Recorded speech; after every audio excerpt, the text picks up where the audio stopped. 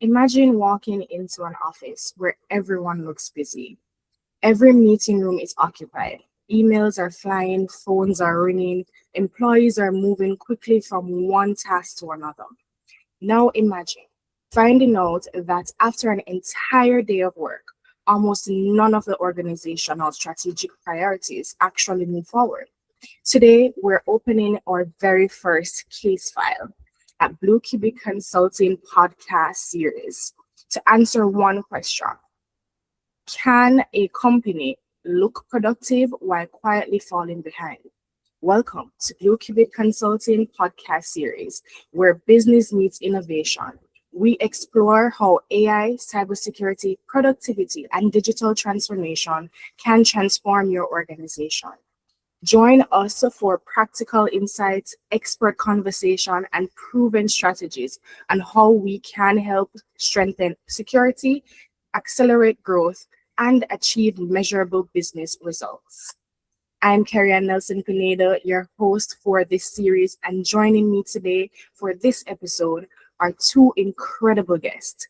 First, we have Feroze Hanif, founder and CEO of Blue Qubit Consulting, who works with organizations across industry, helping them transform through technology and innovation. And he's also a giant in the tech field, so looking for amazing nuggets.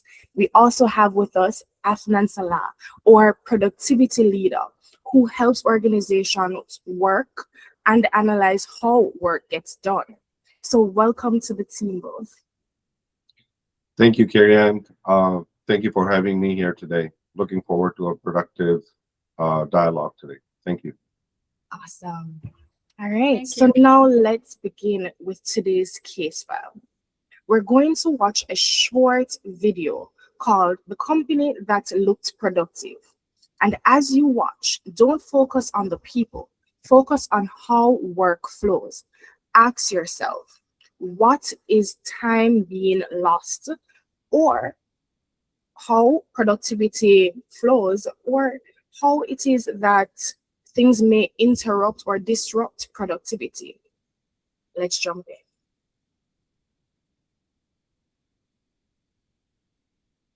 Step onto the floor of a major modern enterprise, and the first thing you notice is the velocity.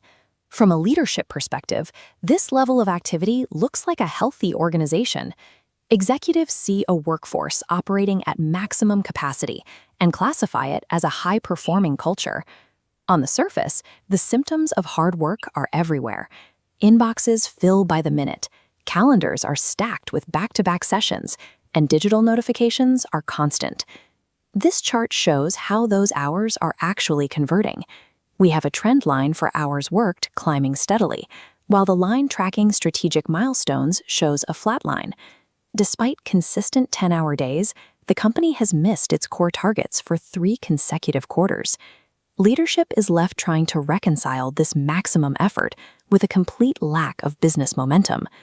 The discrepancy exists because physical activity is distinct from strategic value. We have to identify exactly where those hours are going. To find out, we have to look past the visible hustle. We have to slow the timeline down and examine the data. When we look at individual performance, we find a cognitive drain that quietly destroys productivity: context switching. This diagram represents an employee's 8-hour workday as a solid, unbroken block. However, the pressure to respond fractures that block into unusable slivers. Data shows a 30-second interruption requires 20 minutes of recovery time, creating dead zones that consume the schedule. An overflowing inbox serves as a quantifiable barrier to strategic thought. To understand the collective loss of time, we have to move from the individual desk to the company's conference rooms. There is a common assumption that a full meeting room signifies active collaboration and critical decision-making. This maps data from a 10-person meeting, glowing nodes representing active contributions. 40% are present only for approvals, consuming time without contributing.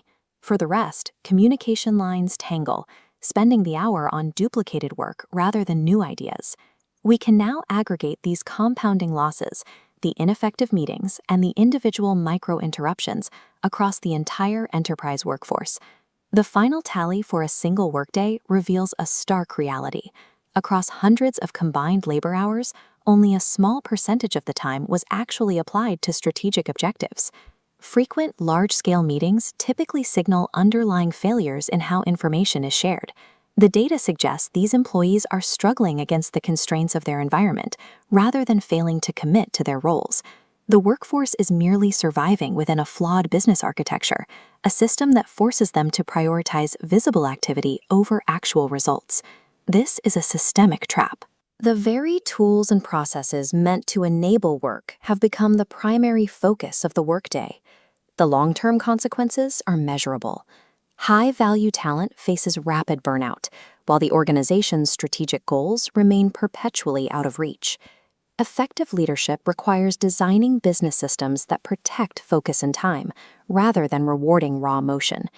If your company's systems are designed to reward constant movement, how much invisible damage is being done to your strategic future right now? The investigation continues. Let's bring in the panel to discuss the findings of this Blue Qubit case file. All right. Every time I watch that documentary, I notice a little bit of something different. But let's hear from you. So, Feroze, what immediately stood out for you? I think it's very clear, and this is very much present day in most organizations, that there's a lot of work happening, right?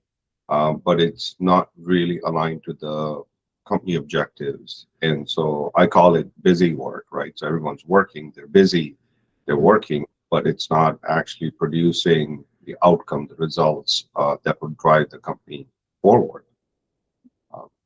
Yeah, that's very, very apparent in this video. Yeah, for sure. I definitely understand it, and I see that coming forward. So Afnan, for on the productivity side, everything looks fine, right? What would you say? What did you notice? Yeah, sure. What immediately stood out to me was that the difference between being busy and being productive. You know, employees can spend their day in meetings, answering messages, and manage requests. But those activities don't always move the organization forward. The key question leaders should ask is, are people spending their time on work that creates value? Or are they simply reacting to everything around them? So the biggest takeaway is that productivity isn't about how much time people spend working. It's about whether that time is invested in the right activities. I can see where that happens, and that is definitely a really key insight, how they spend their work and their time, because you can look very busy and do absolutely not much value. So that is very true. So Kerry-Ann, if I can also add one other thing in here, right? The video talks about a system, right? A process that takes work from point A to point B, person A to person B, right? And having that in place as well.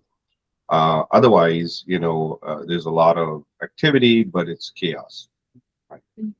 That is so true. And that brings us to the point, actually, which is a big myth inside of businesses.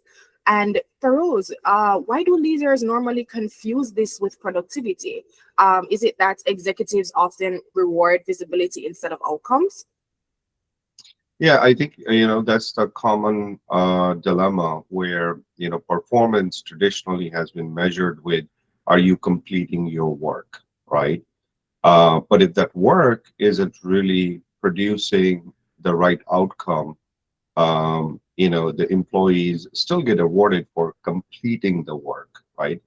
That's mostly where you have a lot of micromanagement as well, where a certain task is given and the task is complete, and that measures the performance of the employee. I think in more modern spaces, the employees are directed towards the outcome, and as long as they can channel themselves to the outcome, you get better results. Right. But Afnan, we talk a little bit about the outcome and what happens during that process, but there's some big leaks that can also happen in terms of productivity. What are you seeing on your end? Sure. Actually, the biggest productivity leaks are usually not caused by employees lacking effort. They come from the way work is structured. So one major leak is constant interruptions, whether from notification, unnecessarily meetings, or maybe frequent requests. So these interruptions break focus and make it difficult to complete deep and meaningful work. And actually, there is another major leak, which is unscheduled work. Like, for example, a developer working on an important feature may suddenly receive multiple requests for quick fixes or maybe urgent changes. Well, each request may seem small, so the constant switching delays planned work and impacts delivery. And there's an issue here. We also see context switching, where employees move between multiple priorities throughout the day. All of it may look productive. It increases mental fatigue and reduces the quality of decisions. So I believe the solution is not asking people to work harder. It's designing work in a way that protects focus and allows employees to spend more time on high impact activities. Yeah. That is good. I like the fact that you said designing the work. So it's a team effort, right? So Feroze, from a CEO point of view, in terms of that team to design, how does that look like for you? A couple of things that I'll 100% agree with what Afnan mentioned.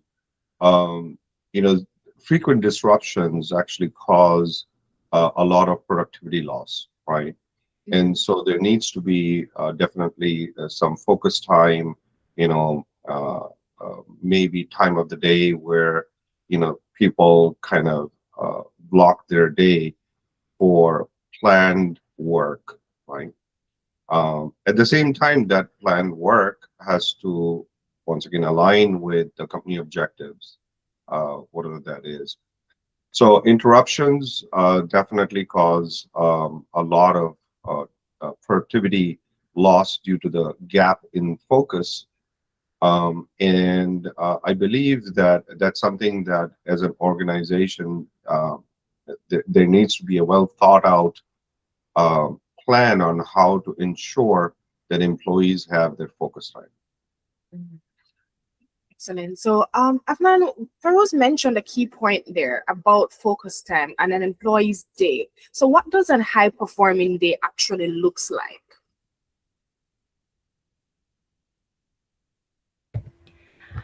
Right. From my perspective, actually, the high-performing day isn't about being busy from morning to evening. It's about working with intention. It starts with knowing the most important outcomes for the day. When priorities are clear, employees stay in control, and instead of allowing emails, messages, and a distracted thing, urgent requests to control their time. So high performers don't try to complete everything. Basically, they make deliberate choices about what matters most and ensure that their time is spent moving important work forward. You mentioned a key point about not achieving everything or trying to do everything at once. I know a lot of companies do have persons that they will be in and out of meetings every single day, and a lot don't get the focus time that was mentioned before. What are some of the biggest, are meetings one of those biggest problems that we see in productivity, Afnan? Like, I don't think meetings themselves are the problem here. The bigger question is whether the organization has the right communication habits. Meetings are valuable when they create alignment, solve problems, or maybe support decision making. However, the challenge comes when meetings become a replacement for clear processes, ownership, or even maybe accountability. So the goal is not fewer meetings. The goal is making sure every meeting has a clear purpose and contributes to progress. So Feroze, what do you think we actually would measure in that sense? I think what we have to measure when we have meetings is how many decisions were made, right? Or how many collaborations came about from those meetings? Or, was there a consistent communication flow, right? Because when we think about meetings, the reason why we hold meetings, first and foremost, is communication, collaboration, and decision making, right? So if we're able to, in almost every meeting, end with, hey, what was the communication flow? What was the most important communication? What were some of the collaborations that came out of it, right? And then if there are any decisions that came out of it, right? Otherwise, the meetings are just rituals, and they get boring and become very, very unproductive very quickly. You got to have the right people in the meetings as well, right? I know in one of the videos, or video clips you had, there were people in the room, but they were silent observers, right? And that doesn't actually contribute much towards the meeting. So if somebody feels like they cannot contribute to a meeting, then they should take it upon themselves to kind of exclude themselves from that meeting.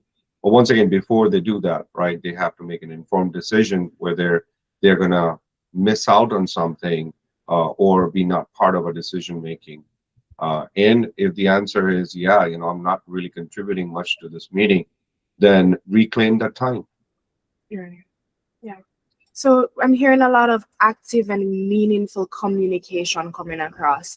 And that brings us to our next segment. So I'm hearing wonderful insights, and I want to pause a little bit. I know we're in a flow state, but I do want to just pause to include our what listeners today.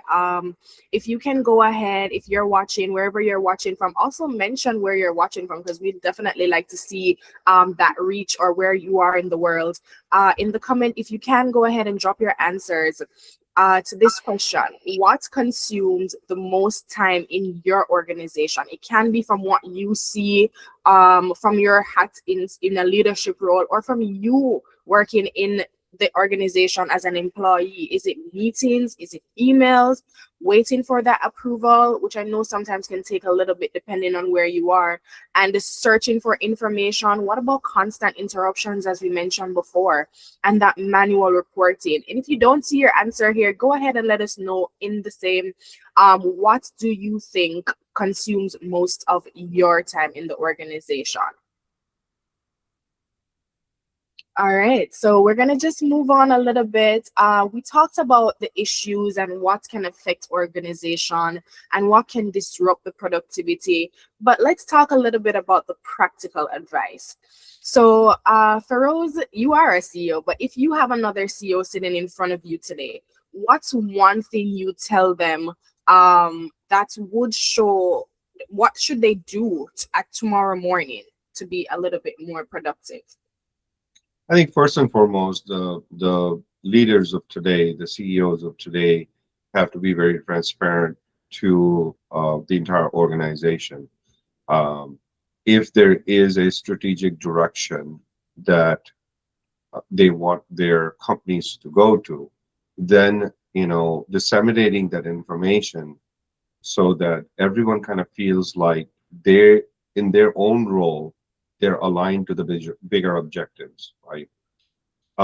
When it comes to focus time, right, unfortunately, we are in a era where there's constant disruptions, right? You have emails coming in, you have WhatsApp messages, you have text messages, you have LinkedIn messages, you have personal messages, as well as your job or professional related messages, right? And so I think what people ought to do is have that focus time, right? Block time on the calendar, and the CEOs should endorse that and allow all of the employees to decide when it makes most sense for them to block their time on their calendar so that they don't have any disruptions. Right? I think that's fundamentally what I would say as my first go-to message. All right, thank you so much. Afnan, what say you? Well, if I could ask every CEO to do one thing tomorrow, it will be ask their people, what is stopping you from doing your best work? But the most important part is what happens next. You know, leaders need to build a culture of coaching where employees and managers work together to identify challenges, improve ways of working, and create better outcomes. So I believe the best leaders don't just measure performance, they develop the environment where great performance can happen. So, okay. Great, thank you so much. So I heard a lot about structure, communication, and removing those barriers, those interruptions to the actual workflow. But one thing for sure, today's discussion highlights that productivity isn't about being busy. It's about giving leaders the visibility, insights that they need to remove those barriers, improve collaboration, and help team members do their best work. And that's why these conversations matter. So I do want to say thank you both, Feroze and Afnan, for joining me today. It was it was a great discussion. We learned a few nuggets here, and I hope that the CEOs and employees that are watching today can take that information and inject it into their organization to make it a little bit more better. I hope that today's episode challenged you on to think about productivity and then think about how we can achieve this by setting up objectives and putting that meaningful work in. So next time, of course, we're coming right back for episode 2, or should I say case file 002. We'll uncover the next file for hidden costs of workplace interruptions, which is going to explore a little bit about those small distractions we mentioned and how they can make that major impact in your organization on productivity and performance. And we want you to get those best business results. So tune in for that. And until next time, thank you so much for listening to Blue Qubit Consulting podcast series. Stay productive, stay innovative, and we'll see you in the next episode. Bye. Thank you, Kerry-Ann. Thank you for having me. Bye-bye.